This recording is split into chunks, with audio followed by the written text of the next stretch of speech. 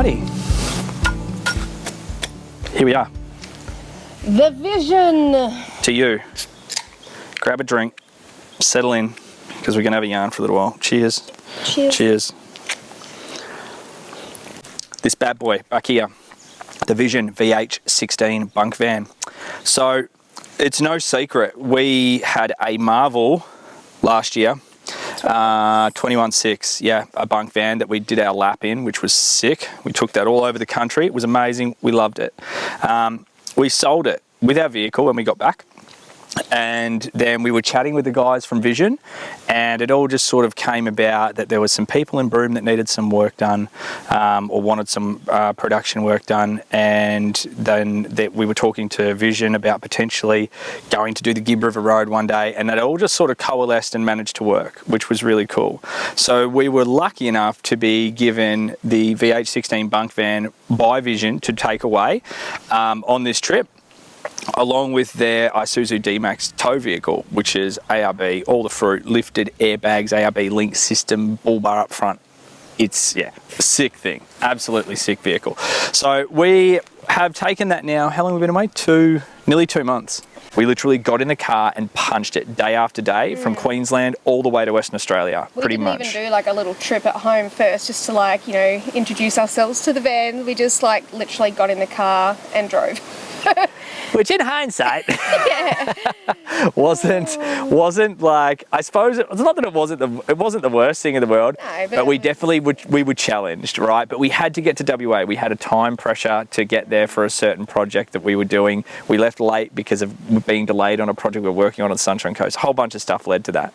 But that was our baptism by fire with the van. And having said that, we really did pretty good, I think. Yeah. Like, we didn't really sort of find anything overly difficult, but I suppose there was always, you know, there's always going to be a difference between a full-size caravan and a hybrid or something like this. So I don't really think, you know, in our experience, we are sort of wanting to draw that comparison. And I think a lot of people we've spoken to have like, oh, how have you gone with the downsizing? Because they want to downsize too. I don't really think it's necessarily a fair comparison to compare this to a full-size caravan, because this is designed to do things that your full-size off-road caravan would never be able to even dream of. Like, I know people get those things in some precarious positions, but it's pretty much simple physics and engineering that, you know, this van is going to be able to do a lot more than anything like that, right? So if you want to go to those really far away places, those really difficult to get to places, you know, like doing the tele track and all that stuff up the Cape, and, you know, all those sorts of things, yeah, and even the Gibb in certain conditions, you know, this van is going to do it a lot better and a lot easier. So safer, a lot safer. It's not going to be as big. You don't have as much space. There's obviously not as much space in it as a big caravan. There's but again, everything in it that a big caravan has. It's just all condensed. So yeah, it's compact. Need, really. It's compact. So I suppose, like, we don't really want to draw those comparisons too much, but what we can tell you and what we can give you is our experience with it, what we've really enjoyed, what's been, you know, there's some things in it that I feel like I could never ever go back to not having it. And there's some other things that we were sort of challenged by, and I think not so much like, oh God, I hate that kind of thing, but more so that if this was our van, I think a lot of those pain points wouldn't have been there because we would have spec'd it just the way we wanted it. And that's definitely what we did with our last van. We made sure that every single thing we thought about like a lot to get exactly what we wanted. And so you could do it with the Vision if you buy it. Dead set. I mean, it's something that you could absolutely look at, and I hope that we can give you some hints or some tips on things, and you can use it if you want, and if you don't. Hacks. Oh God. Anyway. I gotta break out the song. Oh God. All right. So I guess, like, let's look at it overall. It is a bunk van. It is 16 foot. It's got an extended drawbar. You got big toolboxes and stuff up the front, like when you look at it from the outside, and it is obviously a hybrid, so it's got like a pop top, but it's not your traditional dodgy kind of leverage, you know, push that up in there, I'll hold it while I clip it kind of thing. You know, it's fully actuated, and it just goes up. Keep going all the way. Is it as exciting as you thought? No. Let's say hi. On the roof, you got 2-ton lift on the roof. So if you do want to put a tinny up there, then you can get away with that. That's awesome. And I like that because that puts the weight of the tinny on the van instead of, you know, on the vehicle, which with most dual cab utes and canopy setups, probably nearly all, apart from the very, very big rigs that are designed for it, you put a tinny on the roof on top of a full-size canopy, you're going to be overweight on the car. You're going to run into issues with your GCM and all that kind of stuff. So master stroke and a bit of genius, I reckon. I suppose the overall difference with this thing being that full off-road is that it is purposely and specifically and beautifully designed for that off-road use. Even when you get an off-road caravan, even our Marvel was an off-road caravan, and we still had to protect pipe work and all that stuff underneath before we did the Unadata, before we did the Gibb and things, you know, to make sure that we didn't damage anything. You look underneath the van and this, it is just, there's nothing. You know, the only thing that sticks down from the bottom that's even remotely exposed is the suspension and the airbags. And of course, like, that's a completely normal thing. Everything else is tucked out of the way. The chassis is one piece all the way through, right the way to the rear bar. You've got recovery points, all the fruit, like everything that you could want to get yourself out of trouble off-road, this van has it. I loved that aspect of it, and particularly loved how everything just felt, like having airbags for the first time ever, not having to level anymore. Oh, marriage saver. We used to argue about the leveling so much. And struggle with our levelers as well. Yeah. Sometimes they just didn't work. This is just perfect. Christian can just do it all. He gets out and he like levels it. That's perfect, because I don't do anything. Yeah, so I mean, that side of things is awesome. And also the disc brakes. Like, I remember sitting down when we were ordering the Marvel, and I was like, dude, what else should we get? He was like, oh, maybe you want disc brakes. And I was like, mate, $2,500, come on. Like, no way. Like, the drum brakes work? Yes, they work. Okay, well, I'm not getting discs. This thing with the disc brakes and everything, there's a couple of times, honestly, we've come around corners up here on the Gibb where we've had to jam the anchors on because there was a sudden change in road conditions. And if we had have had anything else, we would have just sailed straight through it, you know, probably busted something on the suspension, hit it hard, you know, and just put too much force on it. Whereas this, you literally just jam the anchors on and boom, you are stopped, and it pulls up so fast and so smooth. Like, you don't feel that weird, you know, pull release of the drum system. It is just, I haven't had to touch it once. Like, I was always fiddling with my brake controller previously, and this thing is just set and forget. Like, it has been fantastic. Towing it feels really good. I really haven't noted, you don't really feel it as much as a big van behind there, of course, even when it's fully loaded with water and stuff like that. I mean, you're close to 3 ton or something, I think it is. So it's not light, but it's still, you know, it's still really good, and it feels nice behind the car. The D-Max is probably just a touch underpowered for my liking. Like, I would have preferred my old Ranger because it had a bit more grunt, but definitely, you know, still completely capable, and we've, you know, taken it off road and all the rest of it, which has been, you know, really good.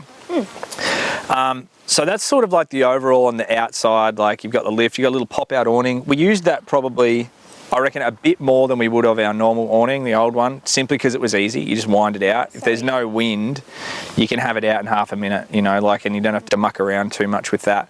So yeah, the awning itself, it's not super, probably not as strong as the other awnings and stuff, but they do come with anti-flap kits from the guys. We didn't get one. Chris said, oh, we probably should have given you anti-flap. That would have held it all together just a little bit better. But once it was roped down and everything, like last night we had a storm, like a proper storm blew through here, and we had it roped down and everything, and it really handled it pretty good. We held on to it, but like, that was just for safety. We didn't even really feel like we needed to hold on to it, and it was a massive storm. It was a big storm. It was blowy. Surprise too. Branches dropping out of trees and stuff. So yeah, the awning's pretty decent, but I suppose, like, for me, I think my favourite thing, there's a couple of favourite things on the outside of the van, and it might seem silly, but it's a pull-down kitchen, like the outdoor kitchen, the bench, and having all of the spices. I love cooking, having all the spices and everything that you need in your kitchen pantries kind of thing. Yeah. Outside, as soon as you drop that down, you've got this massive long table, and it is just unbelievable. There's a pull-out kitchen in there with like a 3-burner Dometic thing. If you've used those in your caravan, you know that they're small little burners, but they do the job if you've got a little pots and pans and stuff on the go. But mate, we ended up buying a Weber. We had a Ziggy, and I'm a Ziggy man. right? I always thought they were a superior barbecue and much preferred them. And I bought one with us. It has sit in the tunnel boot on the other side. We've never even used it. We did not use it once. As soon as we got to Broome, I was like, bugger it, let's just buy a Weber because it fits in the front boxes. And you just pull it out, slide it out. It makes everything so easy. And it's got the little plug there for the gas and everything. Once we did that, everything changed. We should have just listened to this from the start and got that from the beginning, because it would have made so much, just everything so much easier, especially on that trip over. Yeah, the one night stops, it was difficult to have to think about what to cook without having a barbecue. Yeah, that's it. You don't want to do too much cleaning either. You don't want to have to do too many dishes because you just go. But yeah. So that was definitely a game changer. But just having that bench space and every single, literally, I reckon when we were in Broome Caravan Parks, 5 to 7 people per day would walk past and go, oh my God, have a look at your kitchen. Can we just have a look at your yeah, bench space? Dead set. People frothed. My wife, she's going to want one now. So many people are saying. Dead set. So many people were intrigued by it because it's such a pain point. And even last van, I was thinking, hey, if I could just get another one of these drop-down tables, my life would be solved. But they've gone even better. They're tiny, so after having that, it just was game changer. Yeah, so that was definitely awesome. You got a little pantry in there. All your 240 volt and everything's all plugged through. So there's 240 volt GPOs that go through to your inverter and blah. Like, it's just, yeah, it is good. The light is good around there. So yeah, that's awesome. Like, that side of things I really loved. And I really love the outdoor shower connections on both sides at the front. You don't have to reach down under the van and bash your friggin' head on the drawbar and the boxes and stuff to get to a tap and struggle in there to wash something out. Everything's just really like this height, like chest height, easily accessible. That side of things was just awesome. And it comes with this little shower hose thing. That like grows like a snake when it fills up with pressure, but that actually helps the pressure in the hose because it's kind of forcing more and more pressure into the hose instead of just relying on the pump. So it kind of primes it up to a really high pressure and not just what the pump itself can deliver. So that is awesome. As well to have showers at night when you're camping like in the middle of nowhere. Like, we'll just have nudie showers outside and wash the kids off and under the stars or under the trees. And that's really cool. It was super helpful, that, yeah. And like that probably begs the next like discussion, obviously. Like, yes, there's a toilet and shower on board, but because it's a combo shower and stuff, like obviously each time you use it, you need to kind of wipe it down afterwards and dry it off. Otherwise, particularly with the kids, they'll just make, adults probably could deal with it, but the kids don't think about stuff like that. So we would use the shower inside, but mostly we'd try and use the outside shower. So that just saved us having to deal with that in there, or worry about cleaning the inside of the thing one more time. So outdoor showers for the win. That thing was fantastic. You got a big firewood box on the front too, like up on top there with like edges that you can kind of keep your firewood in. That's a huge help. We used to have to put all that on the roof of the old car just because there was not really a safe place to tie that down. So that's just definitely saved a lot of time and hassle. Stuff like the clothesline goes on there. You could put scooters, bikes, rubbish, like it just depends. You could load it right up, with a bunch of stuff. I think people really put bikes in there and everything. So I actually wanted one of those on the Marvel, but I have one now to see. It really is handy, and I wish we had done that with the Marvel. Yeah, that definitely is a handy thing. But I mean, I guess what I love about the van as well is these guys, and I said it with the Marvel as well, but they are extreme off-road caravanners, and so Chris especially, he knows what the van needs, and he hasn't spared any expense on putting it all under the van, like the suspension, as you said before, the suspension, the brakes and everything. So even when we had our bearings tightened in Broome before we did the Gibb, the guy there who's seen his fair share of off-road vans and vans that have gone down the Gibb, he was just amazed at how set up it was and what was put into it. So if someone like that goes like, oh my gosh, if I was to ever buy a van again, I'd buy this one, that goes to show that it really does have all the bells and whistles that any off-road van needs. It's just neat. It's just so neat under there. Like, it's just spick and span. Even little flaps that cover, I forgot what it was. So they had rubber flaps. Yeah, they had rubber flaps that cover the grease nipples on the suspension arms.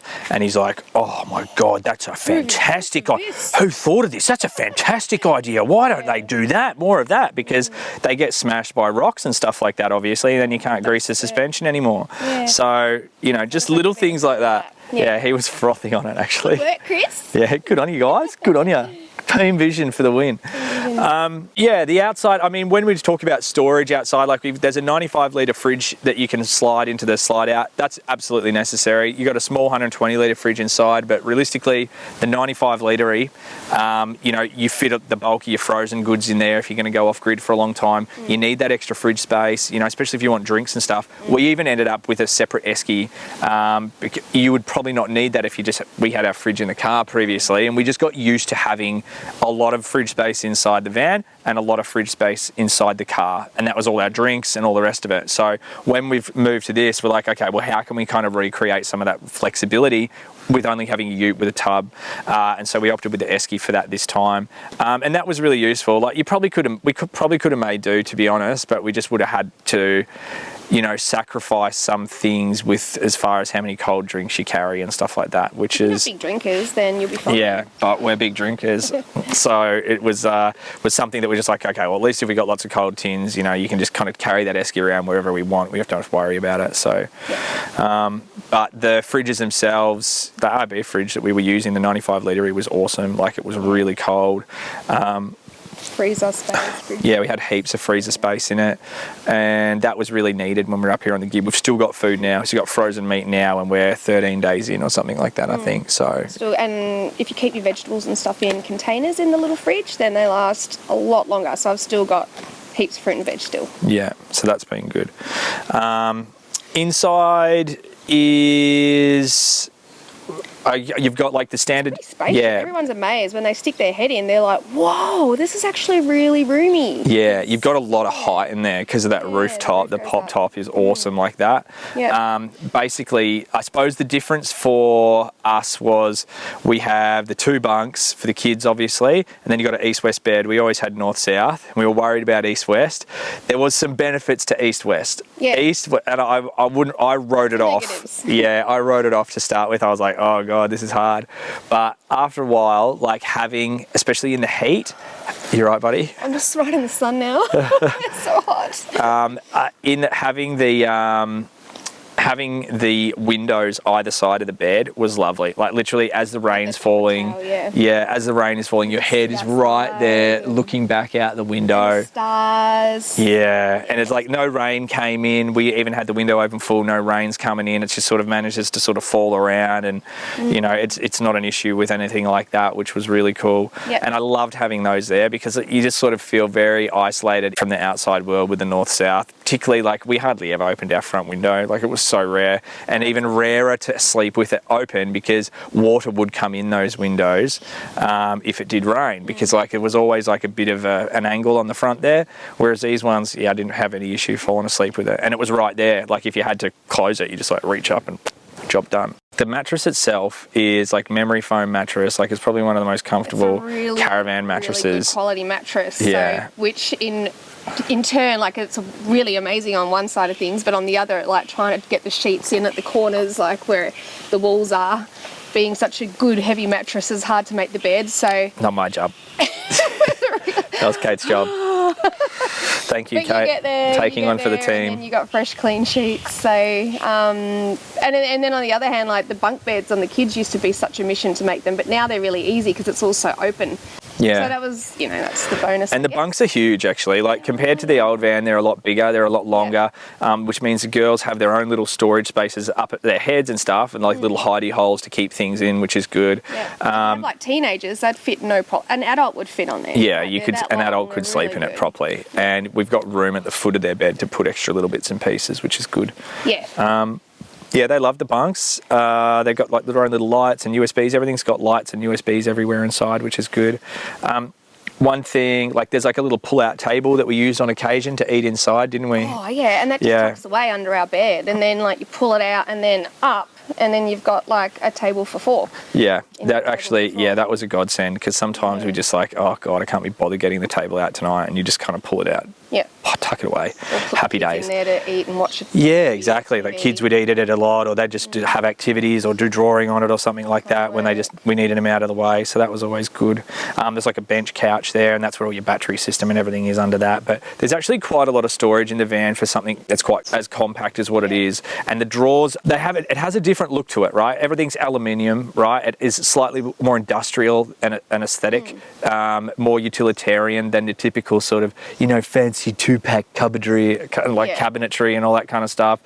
But the reality is this van is an off-road van. It's rugged, it's designed to put up with a lot. No latches have broken, which our latches used to sort of snap. Yeah, little plastic things would bust off. All the annoying stuff, annoying things has been resolved. Yeah, and do you know what? It's so easy to clean. Like the bench, like the cupboards on the last van, like any kid marks, dirt or whatever, red dust, would just sort of like stain it and discolour it for ages. But this, it's just wipe it and it's just gone. Yeah. So, and same with the bench top actually on the inside. It's, that's all Corian. It's solid. Yeah, it's Corian solid surface. And that's why. And you'd think it would stain, but it's just like one wet one or one cloth and wipe with a cloth and it's back to new. Yeah. So that's handy. Yeah, so that was very good. And all the cupboards are all on their proper slides, like proper runners. They're not like dinky kind of roller things, like they're actual enclosed, similar to your fridge slide mechanism. So they're really heavy duty. They're all like proper bolted in with like lock nuts and stuff like that. So everything is, really engineered, over-engineered, I'd almost say, in that respect. And you feel it.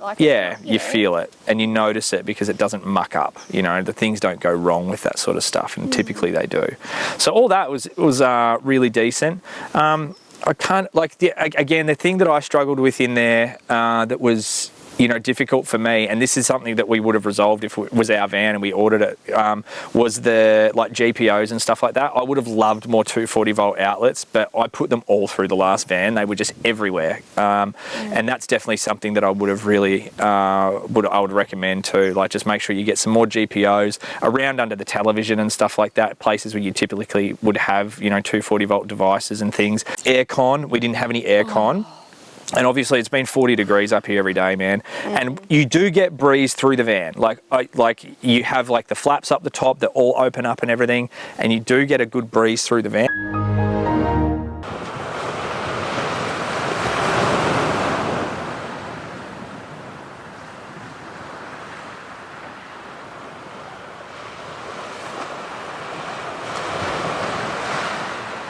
Okay, beer number 2. And luckily we did get up then because we realised we needed a freshie. Recording for a bit. Yeah. Oh, I know. So we talked about aircon. We didn't get aircon in this van. I think it comes, I don't know if it comes standard now. I would, don't get a van without aircon. I didn't really think we would need it too much, but then there was a few, honestly, up here it's been 40 degrees.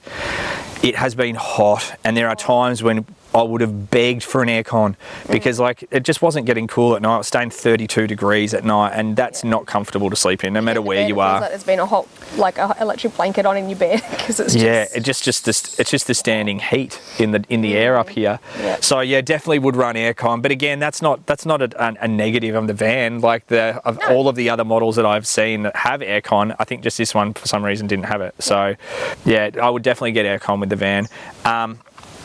And when it comes to the battery system and stuff like that, there's 300 amps of lithium in here. There's a 2000 watt inverter, 40 amp DC to DC, 40 amp 240 volt control, 240 volt charger, and a drive system. On top, you got 600 watts of solar. And I would say that we did pretty respectively. We haven't run into too many issues. We have run into a couple, but only because we got such bad weather. We just didn't get sun, and when you don't get sun, you struggle, man. And you might even have the best system, and if you don't have sun, then you don't have solar. Exactly. There goes your energy. So it doesn't matter what system you've got. Yeah. So it comes standard with 600 watts, and for most people that's going to be fine. Me personally, if I was getting this van from the outset, any van, I would up spec minimum 1000 watts. Just go as hard as you can. There's so much room on the roof. Put more. Get as much up there as you can. It's just the more solar you have, the better. That means in bad weather, you still going to generate respectable amounts of power. You're not going to start to get a little bit iffy about your battery system, your battery capacity and things like that. And I think they do multiple specs of this system anyway. This is the base level 300 amp system. I think you go up to an Enerdrive lithium from there and a few other different things. So definitely talk to the guys about that, about your battery system and what you might be able to do there. I love big power, big lithium. Like, can't go past it, man. Yeah, and especially for like all of our, we really tested our system. We had to have batteries charging for the drone, batteries charging for my main camera, which is a lot. The laptops going, the 240 volt drives that we run. There's just a lot of power requirements around the filming side of things. So for that reason, we actually, one modification we made, we asked the guys to put in an additional solar controller on the rear Anderson plug, because basically that's just designed when you're parked in shade, you can run another panel out into the sun and that one works, and that's fine. But if you want the two to work in tandem, like if you want to be able to put a portable panel on and create additional power in addition to what is being generated on the roof, you need that extra controller. Not a lot of money to get it done, pretty easy install during the build from what I understand. Definitely worthwhile option to include, I reckon, because then you can get just that little bit more power out of the system and get a bit more in for additional use of the inverter. But we were making coffees, doing all that kind of stuff. Like, that's kind of a no-brainer for us. Like, most off-grid systems will make you a coffee, you know, and run a decent thing off the inverter, and it managed to do that for sure. But sustained draw of devices and charging, that's what gets us. So yeah, anyway, but battery system was very good. Water system was really interesting, really unique. You got like a manifold up the front, full control over which tank you're drawing from, whether you're using mains and pump. You've only got one attachment for the tap. It's up high, not down low. You plug in your tap, you plug in the mains water, and then from that you can feed the whole van with mains. And all it takes is then a flick of the switch to fill each individual tank, every tank at once, whatever you want. It is so Block off good. the tank to keep that separate water or drinking water, and then fill the rest with bad water or water that you're not sure if it's going to be good or not. Yeah, do you know what? And they talked about that. They did talk about that when we picked up the van, and I was like, oh yeah, whatever. Like, were you? Yeah, I was a little bit. I was like, what do you do that for? Just get good water. Just get good water. Like, that's what I was thinking in my head. Everyone in I know, but we never really used to worry about it. We just like fill up our tanks, fill up our tanks, fill up our tanks. We always use, regardless, a filter. An inline filter. Yeah. But this time, Broome, we filled up all 3 tanks with water, and I knew exactly which tank I was drawing off. And when we started to fill up along the Gibb, I'd be like, oh no, that's my Broome water. I've still got it in there actually. Oh, it's probably thirsty now. So there's definitely a lot of stuff there that we, you know, that I didn't really get at the beginning. I understood the reasoning behind it, but really found the application of it when we got out here. So that was, I'd be disappointed to go back to the previous system, because it always sucked. Like, you'd have to unplug the mains from the van, then the van would be without water, or you'd have to turn the pump back on while you individually filled up each tank, and I'd forget about it and it'd freaking overflow everywhere. It was just, that side of things was just a pain in the bum. And again, that just comes back to that removing the pain points. They've removed so many pain points from the caravan experience with this, just because they've done it and thought about it just a little bit more. One of those things is the toilet, the composting toilet. Now, basically composting toilets aren't new. The Vision's iteration of it, or their rethinking of it, is slightly different to the typical Nature's Heads, this, that and the other. This one has their own system, which is their own design, which still separates the ones and twos and all the rest of it, but one of them goes into a separate bin at the back, the other one goes into a separate into the grey water tank and whatnot. So there are differences in this system. Some people that I've read, and we had a few issues with the system at the start, simply because a little bit of user error, a little bit of not understanding how the system worked properly, teething issues. I feel like we've pretty much got it dialed now, right? Like I feel like we understand the system now a lot better, but it requires water. You have to put water through the system. You've got to keep flushing things through and all that sort of stuff, which means you've got to draw off your tanks. Our particular way of going off grid, maybe we're dirty. I don't know if we're dirty. We might be dirty people. We don't shower as much. The one thing that's going to send you back to town is water. So if you use all your water on having showers in the shower and doing whatnot, then you're going to be back in 3 to 4 days. Yeah, but I mean, the long and the short of it is if you're going to conserve water, you know, you need to think about, you know, your tanks and stuff like that, because your urine does go into your grey water. So, you know, that can make things a little bit smelly if you're sitting there with a full tank for 2 days or 3 days or something like that. Yep. And you just need to be aware of those things and understand how to work around them. But even having said that and having had these issues, we've not gone to a single dump point. No. We haven't had to go to a dump point. System over the old one, I think. Yeah, we haven't had to go to a dump point. We haven't had issues where you're like, oh God, like, where are we going to go? Having to drive out of our way to find something. We've done the whole Gibb, no dump point, for 2 weeks. Do you know, that's actually impossible, because you've got like 600-700 Ks of road, and most people take 10 days. There's only a dump point, one at either end. There's one here at El Questro, and the next one is, you know, 900 Ks down the road or whatever it is. And last year we would ask people, like, what do you do with your toilets? And they'd be like, oh, we had to go out into the bush and dig a hole. We were like, oh, yeah. Man, and with a chemical toilet, like, that's like grossly irresponsible, because the chemicals, disgusting. The chemicals themselves are part of the problem. Like, it's not, you can't just put that on the ground, whereas the composting toilet, it's all natural. It's like, there's no chemicals. In a bucket, which I was a bit like, oh, really? But you do your poos or your toos in a bucket, and you get special composting bags. And then you can get like a starter pack from Glenda at Septic Science, is it? And she gives you like this little container, or big container of natural bacteria, and she gives you some other spray for the urine side of things so that it doesn't crystallize and all that.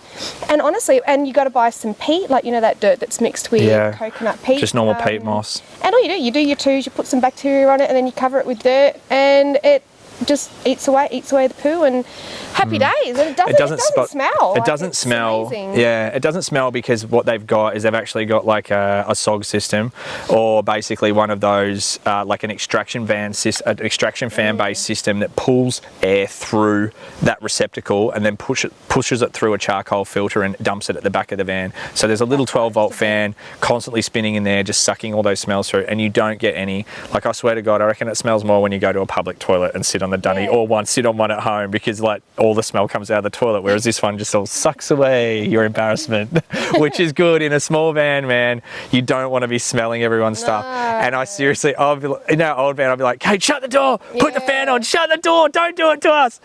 She would do the same to me. She would do the same to me, but because you would smell someone else going to the toilet in the van, but you don't smell someone else going to the toilet in this van, which is good.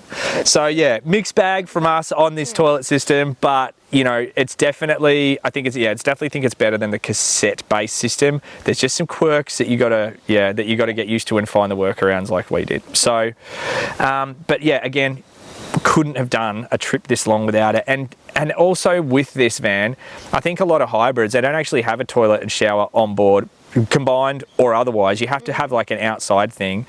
That would drive me insane, because another thing to pack up. Every time we pull over, the kids get out, they go to the toilet.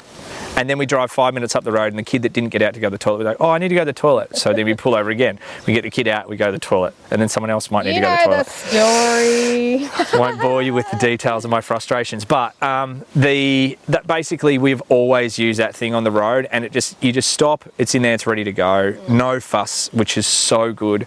And then obviously with the grey water and stuff, you can just spill that, you know, on the side of the road, or, you know, off a dirt track somewhere or something where it's not going to bother anybody, and it's gone in 2 seconds. Out here, the ground sucks it in a heartbeat. So yeah, nice and easy.